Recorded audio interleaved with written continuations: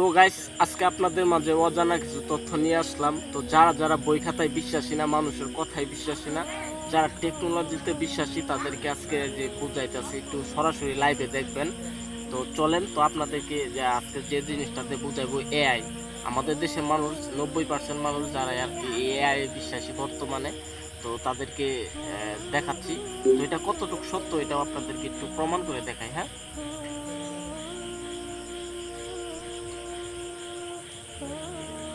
Hello, আসসালামু আলাইকুম। মুসালাম। আপনার দিনটি কেমন কাটছে? আলহামদুলিল্লাহ, আপনার দিন কেমন কাটছে?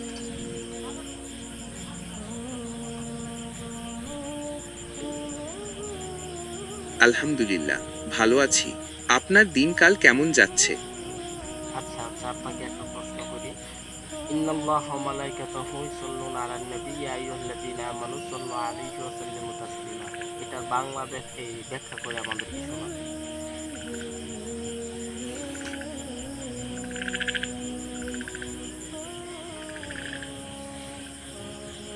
অবশ্যই, এর বাংলা অর্থ হল, নিশ্চয়ই আল্লাহ ও তার ফেরেশতারা নবীর ওপর দরুদ পাঠ করেন। হে মুমিনগণ, তোমরাও নবীর জন্য দরুদ ও সালামের জন্য প্রার্থনা কর।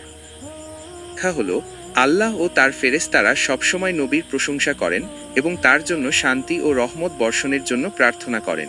তাই মুমিনদেরও উচিত নবীর প্রতি সম্মান প্রদর্শন করা এবং তার জন্য আল্লাহর কাছে শান্তি ও রহমত কামনা করা।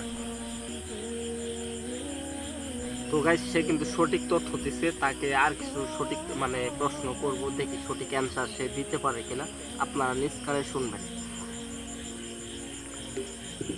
তো আচ্ছা, এআই বলো তো, যে আমাদের নবী হযরত মুহাম্মদ সাল্লাল্লাহু আলাইহি ওয়াসাল্লামের যে আসবেন, এটা কোন কোন ধর্মের কিতাবে লেখা হয়েছে?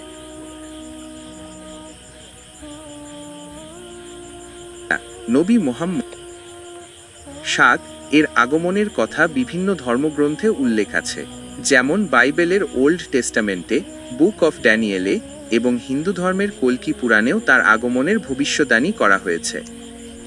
হিন্দু ধর্মের কিতাবে কি লেখা হয়েছে? ধর্মগ্রন্থ কল্কি পুরাণে কল্কি অবতারের কথা বলা হয়েছে। কল্কি অবতার কলি যুগের শেষে পৃথিবীতে আসবেন এবং দুষ্টের দমন ও শিষ্টের পালন করে সত্যযুগ প্রতিষ্ঠা করবেন। অনেক মুসলমান পণ্ডিত মনে করেন কল্কি অবতারের এই বাণী নবী মুহাম্মদ এর আগমনের সাথে মিলে যায়। খ্রিস্টান ধর্মের কিতাবে কি লেখা হয়েছে? ধর্মে বাইবেলের ওল্ড টেস্টামেন্টে নবী মুহাম্মদ এর আগমনের ভবিষ্যদ্বাণী করা হয়েছে। বুক অব ড্যানিয়েলে তার আগমনের কথা উল্লেখ আছে। আর বৌদ্ধ ধর্মের কিতাবে কি লেখা হয়েছে?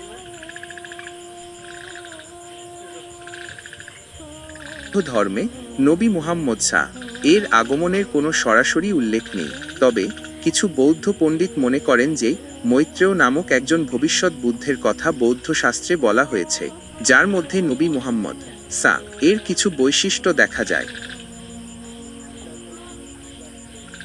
তো গাইস, আমরা যারা নিজেরা পড়তে পারি না, যারা অশিক্ষিত আছি, পড়ালেখা করি নাই, বা আমাদের যেরকম আছে যে আমাদের দাদা নানা বাবা যারা বৃদ্ধ আগের যুগের মানুষ, তারা কিন্তু অনেকেই পড়ালেখা করতে পারে না।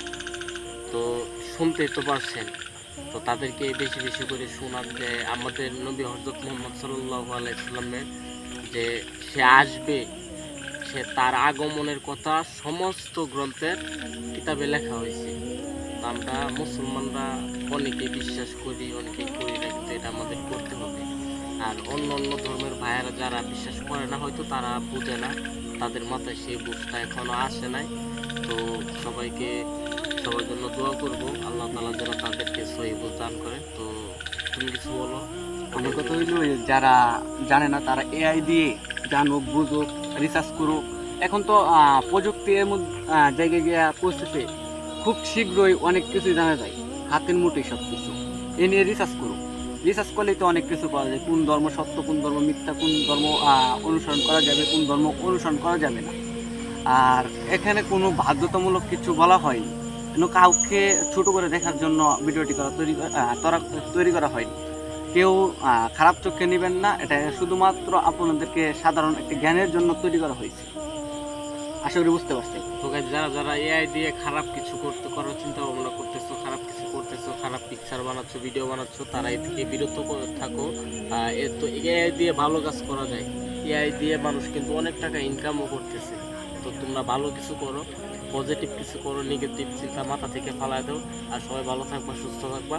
ভালো লাগলে আমাদের পেজ ও ইউটিউব চ্যানেল যেটা থেকে দেখতেছো, লাইক ও সাবস্ক্রাইবার করে দিও।